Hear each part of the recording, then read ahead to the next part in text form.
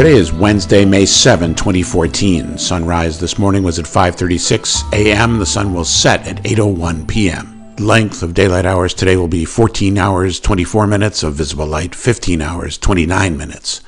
Tomorrow's daylight will persist 2 minutes, 25 seconds longer than today. The first quarter moon, 7.7 days old with 53% illumination, will rise at 12:50 p.m. and will set at 1:47 a.m. Thursday. The moon will pass today above Rutland City at 251,587 miles distant from the center of planet Earth, appearing within the fifth zodiacal designation, Leo, the Lion.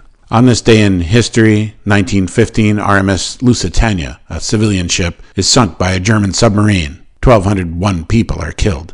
1954, the United States and the United Kingdom reject the Soviet Union's bid to join the North Atlantic Treaty Organization. 1954, French colonial troops surrender to the Viet Minh at Dien Bien Phu after 55 days of fighting. 1975, U.S. President Gerald Ford declares an end to the Vietnam War. 1984, a $180 million out-of-court settlement is announced in the Agent Orange class action suit brought by Vietnam veterans who claim they suffered injury from exposure to the defoliant while serving in the armed forces.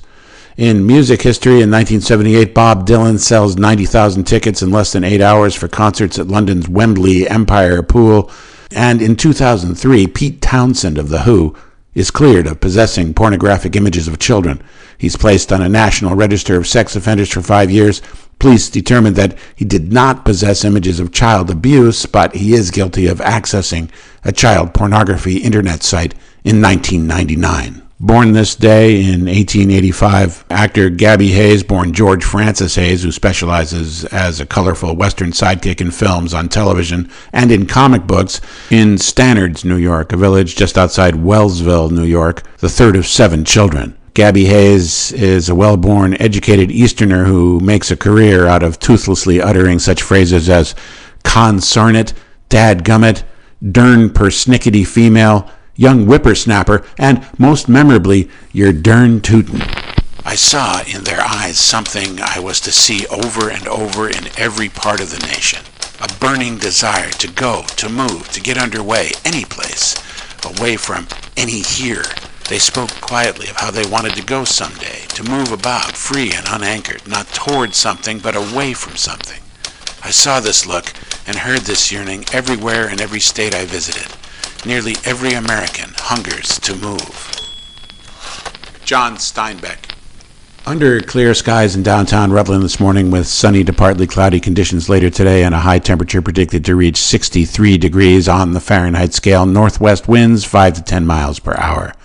Tonight, some clouds move in with winds light, variable, and an overnight low temperature of 37 degrees. Pollen count today is moderate, 9.6 out of 12.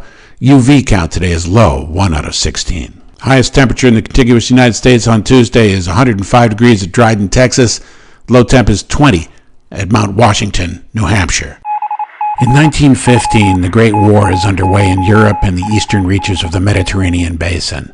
Germany has declared the seas around the United Kingdom to be a war zone, and the German embassy in the United States places a newspaper advertisement warning travelers not to sail on the British liner RMS Lusitania. On May 7, 1915, the German submarine U-20 torpedoes and sinks the British ocean liner. Approximately 1,200 civilians die.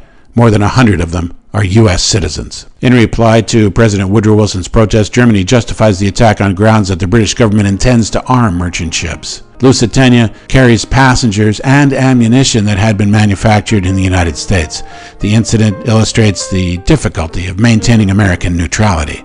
Appalled at Wilson's willingness to criticize Germany while ignoring British transgressions, Secretary of State William Jennings Bryan resigns. The sinking of Lusitania highlights the changing nature of war. Public outrage over the loss of civilian life encourages Americans to take sides in the war. Although the cargo list of Lusitania states that she carries approximately 170 tons of munitions and war materiel, this fact not revealed to the U.S. public. This has been today's Weather Minute. I'm Richard Alcott.